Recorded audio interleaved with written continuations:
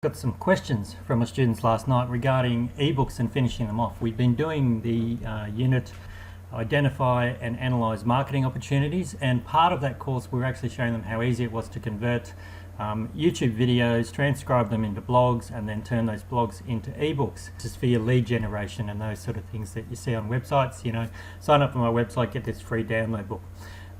Generally 8 to 12 pages is fine. Blogs are usually only 600 to 800 words these days. This ebook is also 15,000 words, is about half of what the length of a normal published book is at the moment.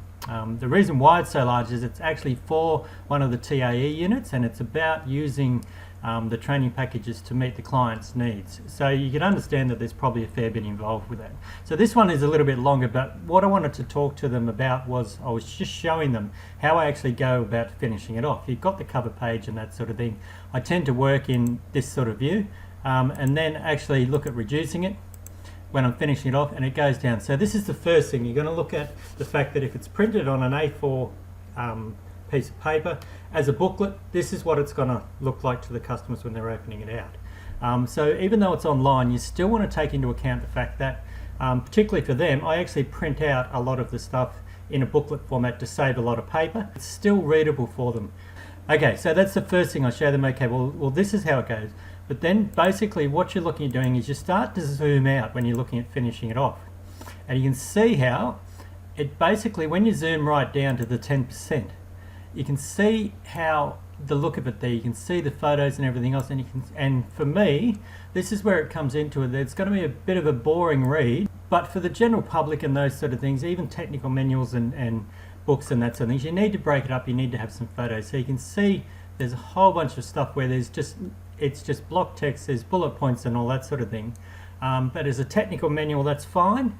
However, when you're looking at doing something for customers or making it more readable, you want to make it a little bit more pleasant. But then you come down to this section where there's no pictures or graphics or anything like that, and what I'm going to do.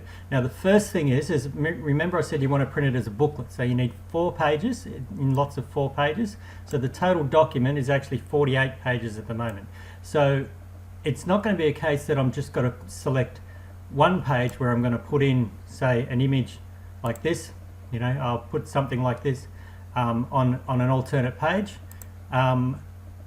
What I've got to look at doing is there's certain things that I want to do. I'm not just going to stick it in any old spot.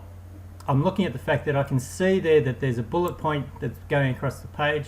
So rather than do that, I'm going to just click on here, and you probably can't see the cursor, but I'm going to Control Shift Enter, and that's going to put in a page break. So it's going to start up another page. So now what I've done is I've actually created an odd page out. Tables going across the page. So what I might do in this case, I'm going to go, and what I'm going to do is I'm going to put like a bar graphic or something down the bottom of that page there, and then I've got another one there where I can do the same thing. So I've added in another page effectively, have I? No? Okay, yep, there we go. Okay, so we're going along, we see another bunch of block text here. Oh, great. Okay, I've already got one there where I can do that. I can put in a bar graphic there. I've got this one here that I can choose. Then I start to get into some photos there. So I'm going to go back up to here. I'm looking at that, and I've started, this is where the case studies are going in. This one here is going to be on the left-hand side when you open it up. Okay, so we've got one more to put in. We've got this last page here, but do you really want to end it with the last page of text? Probably not. So, and then add in that last page as a blank page. This is the sort of stuff that you get into when you're looking at your design. So what I would do is actually look at leaving it now. Have a look at whether or not we can go through, and we're going to go zoom back in, look at the different pages and all that sort of stuff, and have a look to see, okay, are we going to add in a page break? You can see how that we've got a heading here, but now you can see that because I've added in one page, I've now got an odd number down the bottom again. So I've got to go through the process. So I can go through and I can add it in, or I can take that page out again and make it up to an even number.